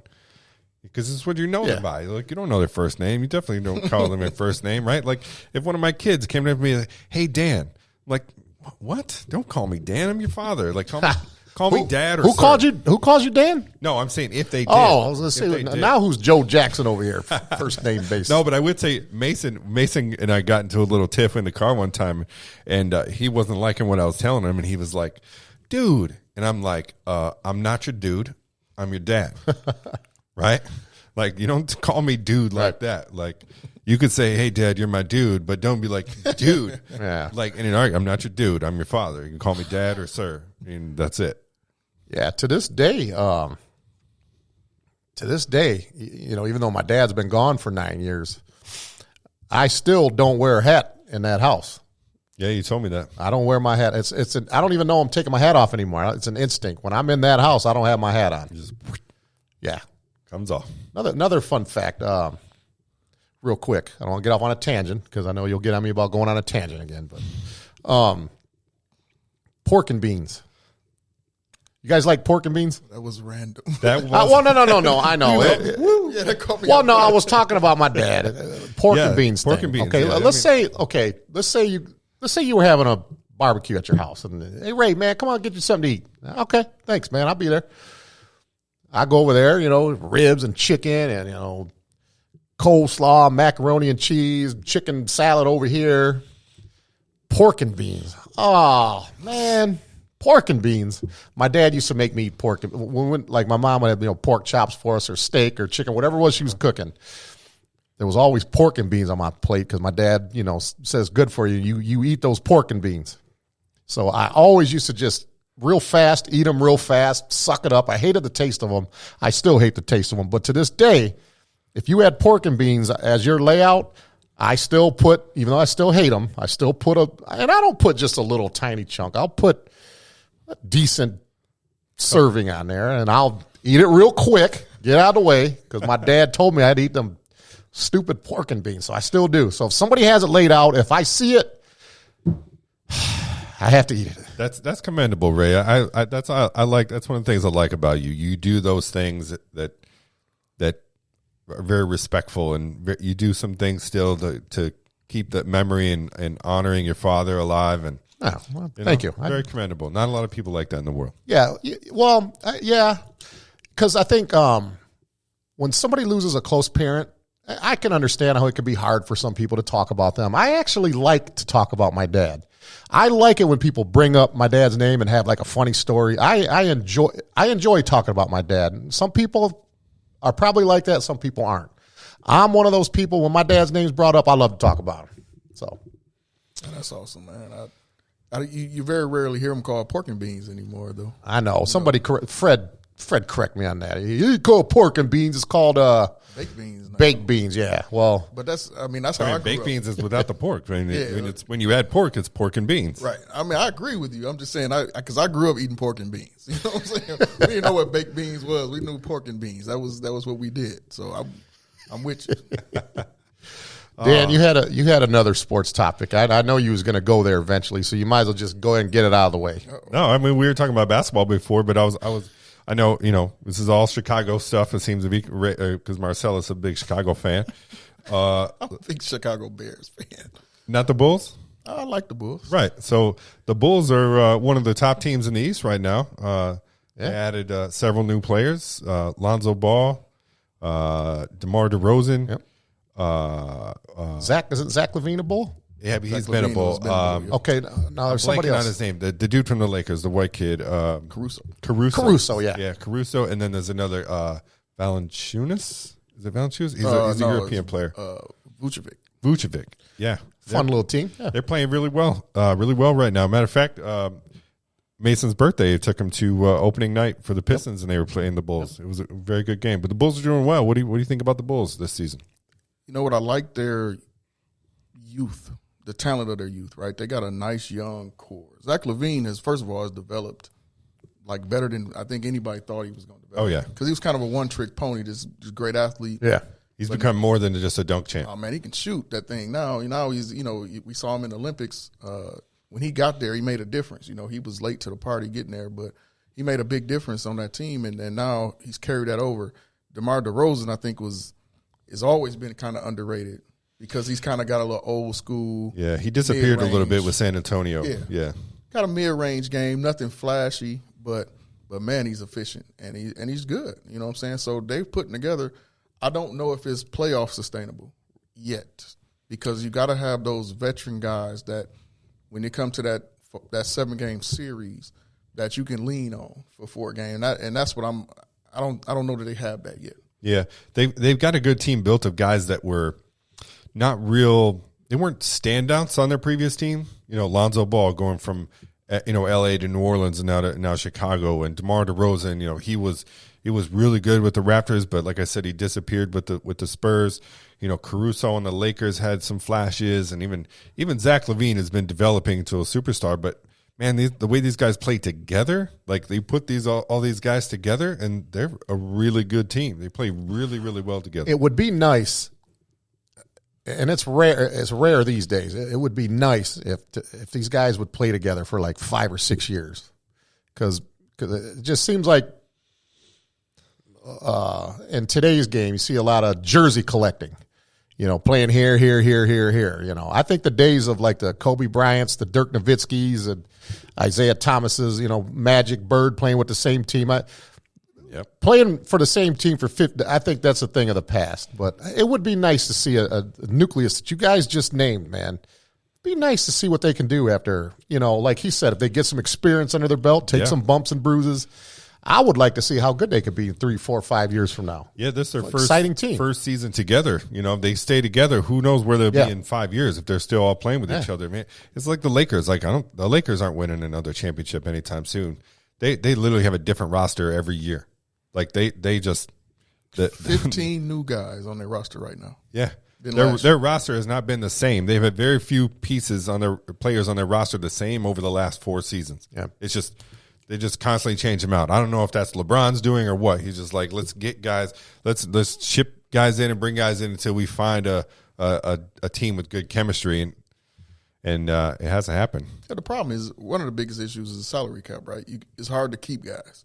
It's hard to keep a core of. You might be able to keep 3, but keeping more than that, if they develop into stars, is going to be real difficult because of the salary cap.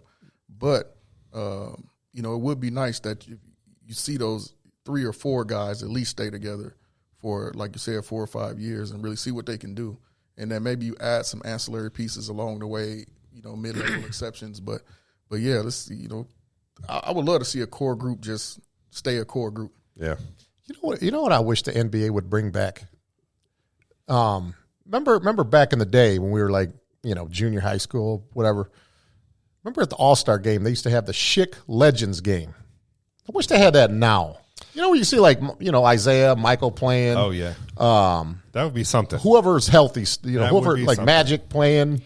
I want to see. That'd be fun to watch. I want to see well, it might be hard, but I would love to see that 91 or Dream Team. 92 Dream Team. 92 Dream Team come back and play a scrimmage game against each other, or like have those guys involved somehow. Oh, I see what you. Yeah, that'd be interesting. Minus Christian Laettner. Yeah, I like what Magic said about it, man. I want to see a redo of that practice in Monaco where they say that is the greatest basketball game ever played anywhere. Yeah, I would love to see that. I would have loved to just been a fly on the wall in that every practice because you just know how intense it was. Like, I mean, that Magic was trying to protect his legacy, and Jordan was saying, I'm taking it, And then, you had the, just the young guns kind of, we trying to push you old guys out, but these old guys weren't really that old. So they were saying, no, we ain't going nowhere yet. The Ewings and the Robinsons. And it was just, man, I would love to see that. Like you said, if we could recreate that. Yeah, but I mean, still, what Ray said, I would love to see a now. Legends game anyway. Bring back some of these old retired players and just have a fun game. I want to Shaq and Barkley go at it on the court. Yeah, I want to see Shaq on the floor again. I want to see Jordan. I want to see Isaiah and Magic. Lace them up in one time. Barkley might move up and down the floor as good as he used to now, but get Gary Payton out there. Get Sean Kemp's fat ass out there. He is big. So I swore. Damn it, I broke it. Oh well. Sorry, My apologies. The magic of editing, folks. I knew it. But you know what, man? You know what? I said this last year that you just reminded me of a Legends 3-point contest.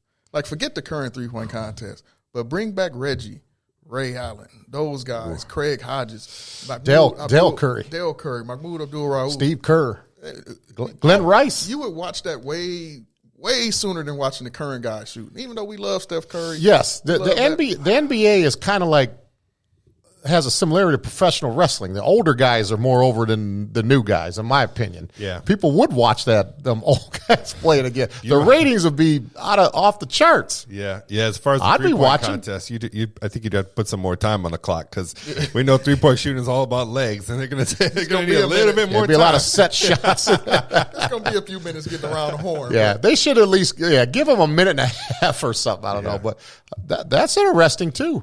My cousin one time had an idea. He said they should have I think he said instead of the dunk contest, have an 8-man tournament 1-on-1, single elimination, 1-on-1, like a game up to 7.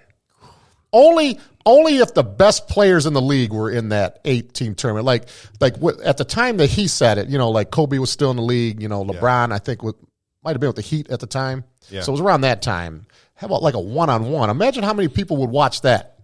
Yeah, they never do it. Let's see who the best player is. Man, they would never do it. I know, but what if? Kind of bonus let's just say, listen. What if? Okay, that's something I like to say on here. What if? I would love it. What if they did do it, even though they're not? Yeah. But how cool would that be to have LeBron, Kobe, Garnett, and whoever, like one-on-one tournament, single elimination. Let's see who the best player is. Yeah, it'd be the same thing. Same reason why the dunk contest isn't great anymore, because the stars don't want to compete in it anymore. See, back in the day, like when we was growing up, Magic, Isaiah, Michael, and Larry, they would have been all for it. Let's do this. Let's do it. But they would have been all for it. Social media has a big play in that, right? Because now if they lose, they're going to get blasted on social media. Yeah, I know. How terrible they are and how they're too worried about their reputations and their egos. But see, Magic them didn't have to worry. But losing wasn't it was bad, but losing to a great player wasn't looked at as a bad thing. Magic lost to Larry, he hated it. But he knew it was a respect thing that he knew he lost to another legend. You know what I'm saying? I'll say something different. I think it's about those guys didn't care. They didn't worry about what they were going to look like. They didn't think about losing. Losing wasn't entering in their mind.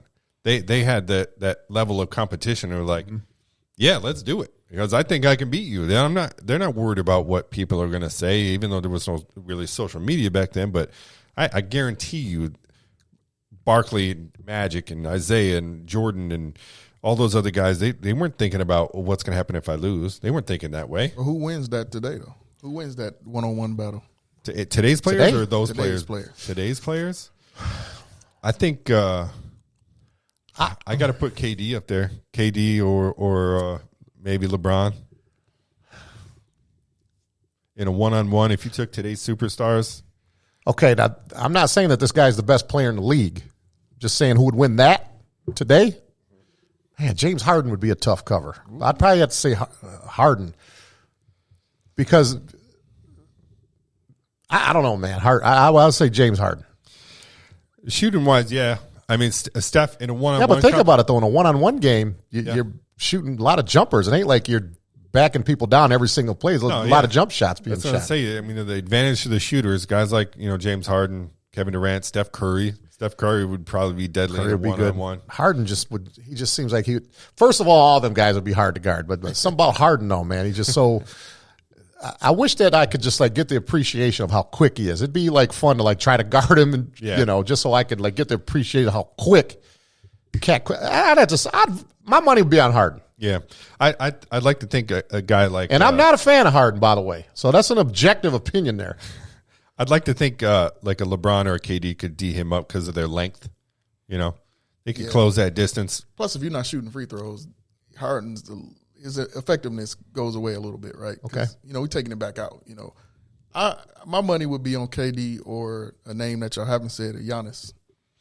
Giannis, I didn't think about Giannis. Yeah, because he's so long that how do you stop him from getting to the rim in a one-on-one game? But he's not a good shooter. Yeah, so he has to get to the rim. He has right? to get to the rim. That's what I'm saying. As long as you can D him up a little bit and keep him, make him shoot. There's your advantage. Make him miss a few, right? Not unlike a guy like LeBron or KD who can body you and they can shoot. They can shoot over top of you. So, in my opinion, if you could take like the all-time players in the same tournament that we're talking about here, one-on-one, my dream matchup would be young Kobe against young Julius Erving. I'm talking about Afro Julius Erving. Yeah. Blue Philadelphia jerseys. Afro, mustache, goatee. That Doc. Yeah. One-on-one against Kobe Bryant. That would be my fantasy matchup. What, when you say young Kobe, are you meaning like new in the league Kobe, or actually healthy Kobe? Like Shaq and Kobe, or like Kobe with Gasol, like the number 8 Kobe. Still wearing number Shaq 8. Kobe, number 8. Okay. Yeah, that Kobe I might give the advantage to Irving, but not 24 Kobe, I think I'd go with Kobe. He had developed his game a lot more. But neither one of those guys could really shoot that well either from outside. Kobe couldn't? No. You ever looked at his numbers? He's a terrible three-point shooter. Okay. Terrible. For all of you watching, just trust me. Look at the numbers. He's terrible. He's what I call a shoot grader. The more he shot, the more he made. But he's not a great shooter. I think Jalen Rose would have a different opinion. That's one game. Mo Pete would have a different opinion. Jalen Rose is the guy he dropped 61. Yeah, Mo Pete was a part of that too. Yeah, Mo Pete was right there with him. But no, that was – you look at the hard numbers, and Kobe developed his mid-range jumper for sure, right? But his deep J, nah, man, he probably 30% or less for a career.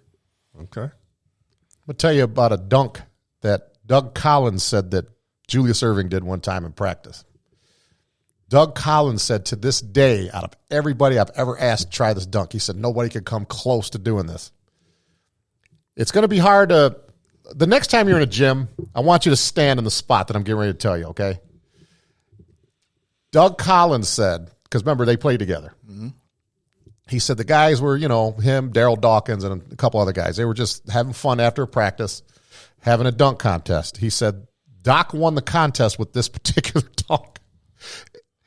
It sounds so ridiculous. It don't even sound like it's humanly possible. He stood underneath the basket out of bounds. Mm-hmm.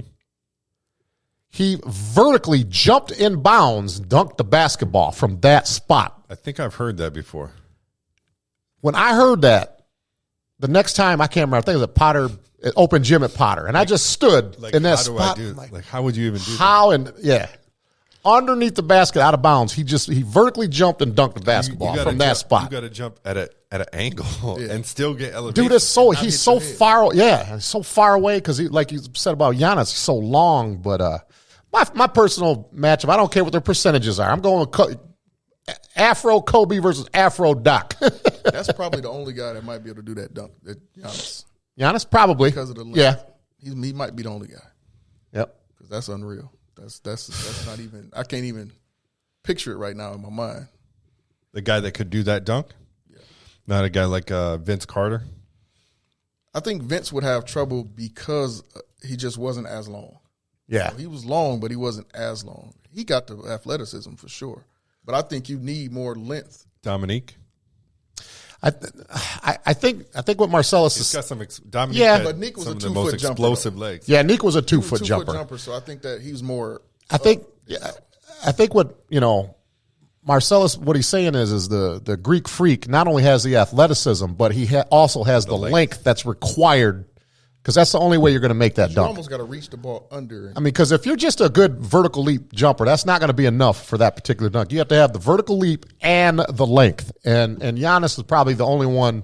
Yeah, but if you're too tall, you can have explosive. If you're too tall, you're not making it under that backboard before getting that high. You know, there's a point where you're like, you are going to hit that backboard. You know what I mean? So you got to be the right size, have that right level of explosiveness and vertical leap where you can, make it that far without, Giannis might hit his head on the back before he even gets there. We got to figure out a way to suggest that dunk in the dunk contest, see what happens.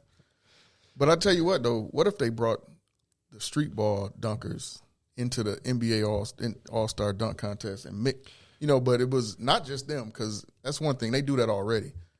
Street Kings, I think they call it, but literally the NBA guys going against those guys. Now, that's another thing I know the NBA guys wouldn't do. Because of ego. Yeah. But, man, you're talking about those guys are some real dunkers out there. I would love to see that. Half a bracket of street ball guys and half a bracket of NBA guys. And you get the best of each one. Let's meet in the middle. Yeah. Yep. I'm a little different when it comes to dunk contests and stuff like that, because like for me personally, somebody that can jump 60 inches in the air, it seems like a lot of people could do that now. To me, that's kind of played out, man. I would rather see the street ball guys play a scrimmage game against an NBA team. A game. I want to see an actual game. I would pay top dollar to see that. Like an and one team, guys like who are somebody? Skip to my Lou. Hot sauce. Yeah, but Hot Sauce 50. Here's why that wouldn't work. Why wouldn't it work, Dan? How do you know it wouldn't work? Because the same reason why those and one guys don't play in the NBA. It's all about flash. It's like magicians. Okay. Like look at what I'm doing with my hands, but I'm not actually making shots and scoring baskets. And I think it'd be a lot of flash with the street ball guys and just a lot of domination by the NBA guys. Okay, the and one guys. Name some of them players again. There was Hot Sauce, Skip to my Lou, Ray Frost, Helicopter, the Professor, all them guys. Okay, Escalade, all them guys used to come on TV. Okay, they're playing the Lakers tomorrow, and they're playing all the LeBron, Westbrook. They're playing all them guys tomorrow. You watching? If you ain't doing nothing, Oh, absolutely. You're going to watch too. Don't act like you. Okay, then that's what I'm saying. But I think the score is going to be 120-64. But you'd be surprised. Who would win? The Lakers. So you'd be surprised at some of them guys like Alamo. He could have played in the league.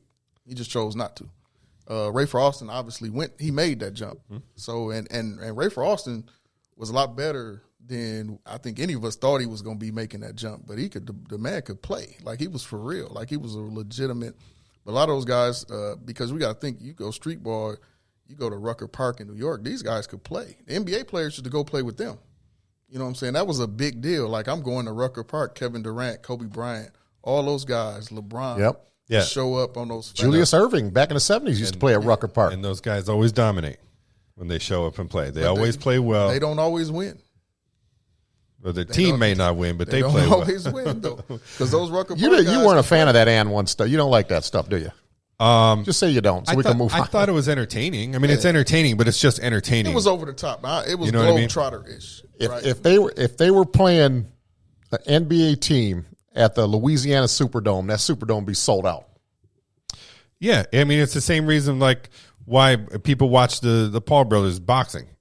It's entertainment. If they went up against a real boxer, they'd get their ass kicked. But this is a spiritual episode, dude. How many times you gonna swear in here? Go ahead. So you got me fired up. Me? I'm just asking a question. I wouldn't be doing my job if I wasn't asking questions. I apologize. I owe $2 in the jar. I'm sorry. $3. If we were still doing the jar, it's $3. Okay. It's 3 cuss words. Did I say 3? Get control. Yeah, you said 2 earlier. So long ago, you forgot about it. I'm sorry. I apologize. Yeah, could get all caught up in your feelings, man. All right. So, Marcellus, I follow you on social media, and I think Ray does as well. And you have a lot of good takes in the sports world. I see your posts all the time, and you're always saying something very profound, in regards of whatever game is going on, whatever sport's going on that you're watching or commenting on. Give us some of your, I don't know, your better opinions or takes from the past year in sports. Well, I think the latest one that I had was one of my better ones, and that was to all my Michigan State fans out there. You know, one of the things that Michigan State fans don't realize is that they're not a primary rival for Michigan. You know, and we look at, in football, we hate Notre Dame. We hate Ohio State. We dislike Michigan State, right? But they're like, you know, the annoying little brother, right? That's why we call them that. Michigan State, though, Michigan is their rival. Yeah. Right, so they take all that football games to heart. So that's why they talk a lot more about it. You know what I'm saying? We kind of play that game and move on. You know, we already in the playoff, and they still talking about the Michigan. The one win, yeah. You know what I'm saying? Like, come on, man, let that go. But, you know, in basketball, it's a more rival, right, Michigan State, because they're better than us. They've been better than us over time, right? Mm-hmm. So between them and Duke, like, we hate Duke. But we don't even care about Ohio State in basketball. It's kind of weird that way, even though Ohio State has been historically very good. Yeah. You know? But it's kind of a perception. But, you know, when I said it, I think people kind of like, you know, Michigan State fans thought I was taking a shot at them. But I'm like, no, I'm just trying to tell you the difference in what we think when we play y'all versus when y'all play us. Y'all take it a whole different way than what we do. And then, of course, I was glad to see some of my U of M buddies came in and was like, yeah, Brandon Smith, he played basketball for U of M. He was like, yeah, that's pretty much spot on. We don't really, you know, it's like, you know, that's one of the things that I think catches people off guard. But Brandon Smith, God, I just thought of something, man. When he played at Michigan, there was a game one time at Minnesota. I'll never forget this. Back when everybody wearing headbands, okay? He was wearing the headband around his neck. Every time I think of Brandon Smith, that's the first thing I think of. Stuff like that bothers me. Get that thing off your neck. Who started that? It just somebody just talked about that on the news media, that somebody started that. The neck, around the neck, or just the headband period? No, around the neck. Oh, I don't know. Brandon Smith's the only one I seen wear it. It was actually a trend for a minute, and it started with somebody and a player that went on to play in the NBA.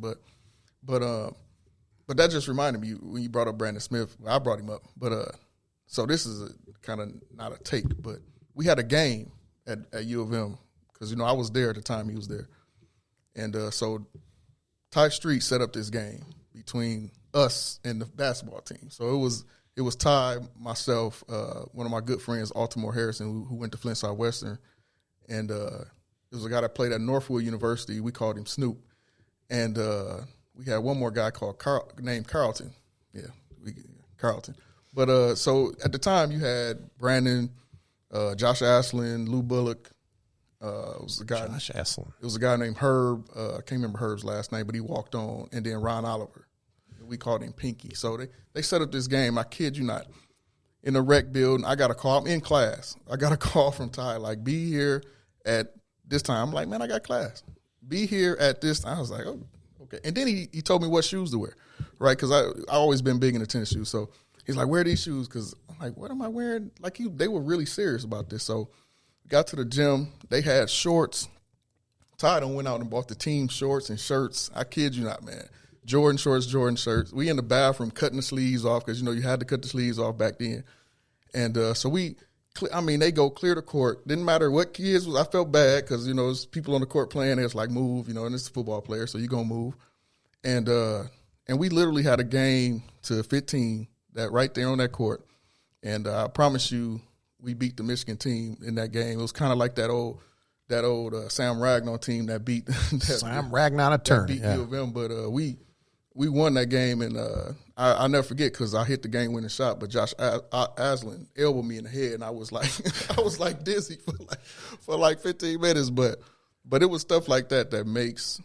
First of all, that's what makes Michigan Michigan. Though those stories like that is what made my experience at Michigan great.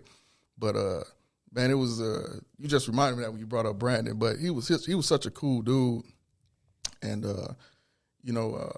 Ty Streets, I brought him up. But Ty, I could talk to Ty right now. You know, he was just a normal guy, even though they were like the big dogs. You know what I'm saying? The football team was everything. And they used to have a tournament in a intramural building, right? So you get your team together, and you can play your 5, our 5. So the football team always had a team. Of course, they were refereeing too, so you know how that go. And so I'm a freshman. We playing in my freshman year, and I'm playing with some guys from Detroit, kind of, real Detroiters. Okay, you know what I'm saying? Like, we had just met them, in the rec building. They was like, play with us. All right, cool. They wanted to get tough with the football. This is no lie. I promise you this happened just like this. We in overtime. Marcus Ray is playing. He's throwing elbows. You know how wide his shoulders was. The dude just strong. He's throwing elbows. So my man gets mad, throws the ball at him. And I'm like, oh, God. Ty threw the ball at Marcus? No, the guy I'm playing with from Detroit, he threw it at Marcus Ray. And I'm like, so I'm looking now. I'm a freshman. I'm a $185. So I'm like, this is not going well. So and I kid you not, the ball rolled over to the side. And Debo, David Bowens, we called him Debo. He grabbed the ball. It sounded just like that. One hand, he picked it up. And he started walking. All you seen was football team get up from the sideline and close on the court. He said, what's the problem? And you talking about me? I went the other way. Like, I got no problem, sir. You know what I'm saying? I said, y'all crazy, man. But that's how we think. We take basketball seriously. Them football players take basketball seriously than anybody else I've ever seen. David Bowens, that guy was a sack machine. If he was restoring law and order in there, I'm either going to do like he did, get the heck out of there, or I'm just going to stand up at attention and listen to him. I walked right over to the sideline where Dre Weathers was. Hey, man, Dre, what's up? Dre and T. Quinn was over there. I was like, hey, guys, because I don't know what they doing. I don't know. I got no problems with you guys. Protect us. Thank you. That's at level, that competition and camaraderie that you guys ran up against. That's what that was. Man, that would have been fun to have been a part of, man. That would have been a fun environment. You're part of that team. If somebody throws a basketball at your teammate, you're going to have problems. Listen, man, that was the best year. Man, that basketball tournament was – I remember after the Ohio State game man, it was so many good memories from those first couple of years I was at Michigan with football. And, man, it was amazing, man. But that tournament right there, we had guys from Eastern. I remember Anderson Hunt came and played from UNLV. Anderson Hunt, yeah. He was trash at that point. Detroit Southwestern. But, the Eastern guys would come in, James Head, Earl Boykins, those guys would play. And it was legit like above the rim type stuff. Earl Boykins, the guy, I had heard about him dribbling a tennis ball when he was younger for hand-eye coordination. Mm-hmm. And my sons and, my niece Alexis, I always taught them to dribble the tennis ball, even at home. Dribble with your opposite hand. Yep, the tennis. Every time I think of Earl Boykins, I think of the tennis ball drill. Yeah, I give my guys tennis balls generally every summer to, it only works as much as you use it, though, right? You know what I'm saying? Right. But yeah, I don't know any other specific takes, Dan. To be honest with you, man, I kind of just try to be honest. One thing I pride myself on doing is being able to watch sports objectively, whether I'm cheering for my team or not. Because as a coach, and I guess if you've been coaching for so long, you kind of see it from a different perspective. It doesn't matter what sport, you kind of looking at the big picture, And I think people have we got so many rose-colored glasses on, man, that. And obviously I probably had a lot of hot takes about LeBron, over the last year or so. A lot of people come at him for everything, But to me, it's like we going to mess around and miss one of the greatest players of our generation for bashing him the whole time he's been playing, Yeah, and I think that's just the age of, social media. Too many outside influences instead of just appreciating the, players for who they are on the court and getting involved in their personal lives and social media lives instead of just, like you said, we're going to stop with your mouth and use your eyes and watch this guy play basketball and appreciate it. The thing about LeBron James, people can say anything they want, but I must say this. When that day comes, when he needs 12 points to break Kareem's all-time scoring record. That'll be the most watched game. That'll be bigger than Michael Jordan's comeback. That'll be the most watched game by far in NBA history. Everybody will be watching that game the day that he breaks Abdul-Jabbar's scoring record. Yeah, I agree. Yeah, that's going to be nuts. We thought the Curry record watch was something. Nah, that's going to be nothing compared to that all-time scoring record. Yep. That'll definitely be watched. Okay, I'm gonna close the show on this, man. I'm gonna ask you a question since this kind of been a spiritual episode in sports. You can answer this any way you want. Okay. When it's all said and done, how do you hope to be remembered? That's a great question. here's my thing that I always will say about that. I hope people remember me as somebody who made a difference in people's lives, and that's if when I say difference, I mean a positive difference. Mm-hmm. And if people can remember me for that, then I've done what I came to do in this life. I always, like, even when I'm coaching, I say if I can. I remember my dad asked me one day because I was coaching at Flint Northern, and he saw one of my players got mad and took off his shoes on the bench. And, I don't even get down like that. So he was like, "Man, why do you do that? Why do you put up with this?" And I said, "Man, Dad, if I can just change one of them and get them on a path that's different than where they're going, the negative light, then I've done what I came to do as a coach." And so I feel the same way about life in general, man. If people can remember me as somebody who definitely was not perfect, but definitely made a positive difference in the lives of people, I'm satisfied with that. Dan, same question to you. I only care about two things. I only care about that people knew me as a good person and that I was a good father. That's all I really care about. That's good. Okay. I guess I'll answer too then, huh?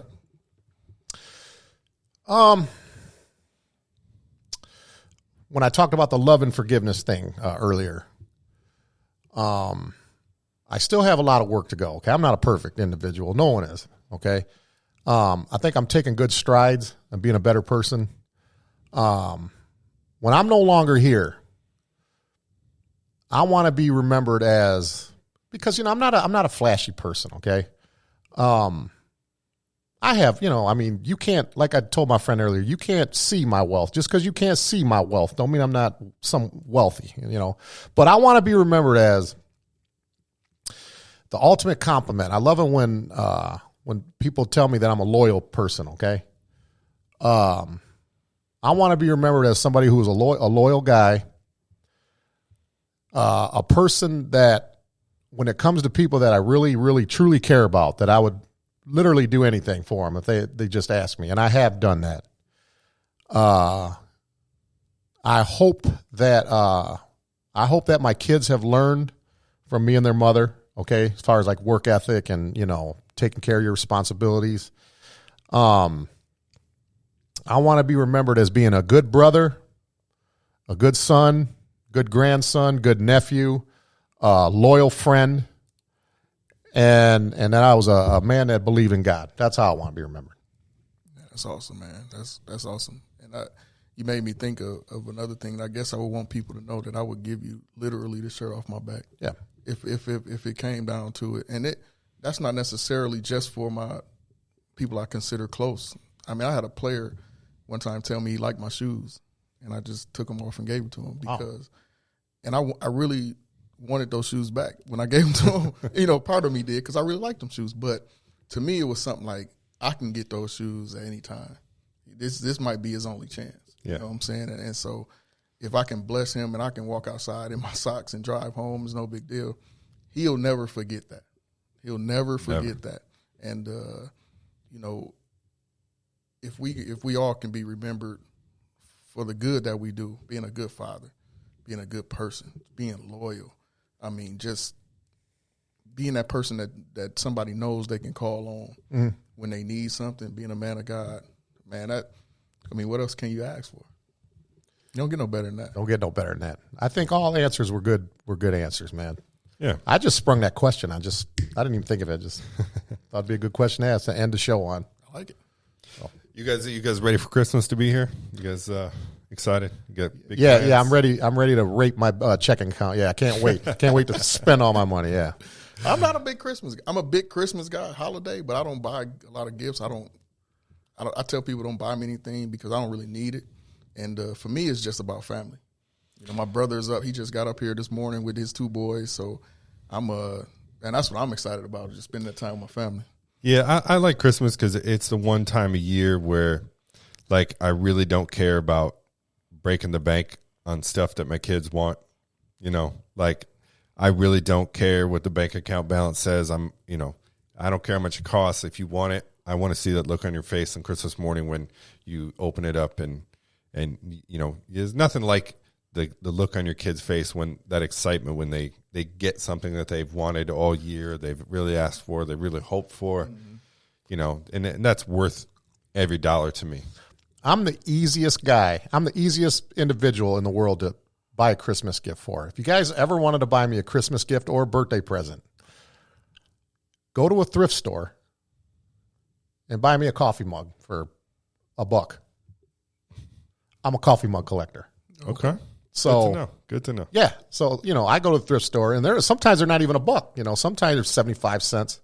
Just give me a nice coffee mug from the thrift store. Not a brand new one. Give me a used coffee. I don't want no chips on it or nothing, but a nice coffee mug. Yeah. Listen, man, I would appreciate like a coffee mug that costs 75 cents at a thrift store as much as I would if you bought me a Michigan Wolverines leather jacket. I would appreciate that equally as a leather jacket. Yeah, that's usually a go-to. Little things. It's the little things, man. I'm all about the little things, Marcellus. Little things, man. That's usually a go-to for my kids as far with gifts for me. Birthday, Father's Day, Christmas type of thing. They know I'm a coffee drinker, so I have a lot of coffee cups, coffee mugs that my kids have bought me over the years. So it's cool to like look in the cupboard and see those coffee mugs and be like, oh yeah, the kids got me that one that year and this that year and that. That's a cool thing. Any song suggestions that's played on the saxophone that you might want me to practice since with my New Year's resolution? I mean, you can't go wrong with anything Kenny G, right? Is that the saxophone? No, I'm talking about one of them Bill Clinton saxophone, not them clarinet looking things. Roger Clinton. Who? No, he's talking about Bill Clinton. Bill Clinton used to play the alto. Didn't his brother too, Roger Clinton? Did he play the saxophone too? No, am I mixing that up? Anyways, yeah, Kenny G is probably the world's famous saxophone player, right? Easily. Yeah. Or wasn't there a dude that played in Bruce Springsteen's band, right? Was a saxophone player? Black dude, yeah. Yeah. I know who you're talking about. Yeah. Okay, well, thank you. Yeah, anything Kenny G. Or like you said, smooth operator. Oh yeah, what you know about smooth operator? I know more than you think. What? Okay, all right. My bad. Well, Don't come across as a Sade guy. I'm sorry. When I lived in Florida many years ago, back in like '97, I lived in Florida, and one of my best friends was a huge Sade fan, and it never mattered. Anytime we went out, we would go on the weekend to a club. When we left the club, you leave the club and go home and go get something to eat. Always wanted to play Sade. Always. That was his after club music with Sade because he said it calmed him down. Here's what a lot of people don't know. I didn't know this till recently. I always thought that was her name. That's the name of the band. Sade ain't her name. No? I don't know what her real name is, but that's not her name. I always thought that was her name. Well, I'm today years old learning that. There you go. Did you know that, Marcellus? I did not. That's not. You know what else sounds good on the saxophone? Y'all gonna laugh. Toni Braxton. I love Toni Braxton. Why would I laugh at that? No, I'm just saying her songs, because of her voice, it sounds good played on the saxophone. Okay. I like Toni Braxton. All right. Well, coming to a nightclub near you. I can't wait for this. Ray Ascencio, either on the keyboards or the saxophone. Look out for that. Y'all got to have it on this show now. Yeah. Okay. There we go. Good point. Light bulb, all three of them. If I'm able to master a song where I'm confident enough to play it, you're gonna play it right. that'll be the stamp of approval that I fulfilled my New Year's resolution. I'll play it on here. Okay. Oh, I like that. Yes. I have to be standing though. I can't be sitting down. So you're gonna have to set something up where I'm standing, We'll figure it out. like a podium or We'll something. figure it out. All right, guys. We are going to be back in a couple weeks after the holidays. We got Christmas and New Year's coming up, so we're going to take a couple week break, and we will be back probably like the first week of January after the New Year. But Marcellus, we really appreciate you being on here today. It was a very fun conversation. Make sure you go check out on YouTube, Inside the Kingdom, the Takeover Podcast with Marcellus and Justice. Justice hit me up because I think we could share some more stories, by the way. Sure. Like I say all the time, if you like what we do, hit that subscribe button, turn on alerts so you know when we drop a new video. If you're a fan of the Facebook page, we got way too many fans on the Facebook page that don't subscribe to our channel, so get out there and hit that subscribe button. Make sure you subscribe to the Takeover Podcast as well. And if you're not a fan of either show, tell an enemy about it. Yeah, there you go. I appreciate you guys having me. I really do. I had a great time, man. This is always good because I consider you guys my friends. So it's always good to sit down and chop it up. But I want to just reiterate what you said. Support this show. You know what? Support these shows that are local to you, that are meaningful. They bring you meaningful guys that you know, people that you know, and maybe some people that you don't know. Maybe a lot of you don't know who I am, but you do now. And I'm a local guy that's doing this thing and representing Flint the right way. So support shows like this, not just your national podcast. It's easy to do, but support the guys that's putting in work and doing a good professional job at it. That's cool. Yeah, Now, absolutely. Now, the next time, about 3 weeks from now when we're doing our next show, by that time, Michigan would have played Georgia. So I'll say go blue, and I say I got Michigan beating Georgia 31-21. Okay. What about you? Quick prediction. Quick prediction. Georgia, Michigan. I'm going to say Michigan is going to win 27-24. Okay. Same vein, going go blue 24-21. Close games. Okay. All right. We will see you after the holiday. I'm sorry. Quick shout out. We got to give a quick shout out to another friend of the show, former guest on the show, Judson Anderson, who just launched his own podcast on YouTube called Life Being Revealed. Very, very spiritual, motivational, inspirational words that Judd has chosen to share with the world. You won't be sorry checking out this podcast. Yeah, he's really good. Go check him out. Life Being Revealed on YouTube. Just had to do that real quick. Yeah, he's really good. I listened to that. That was really, really good. Yeah, he'll make you want to run through a brick wall. I promise you. All right, we will say goodbye. We will see you after the new year. Until next time.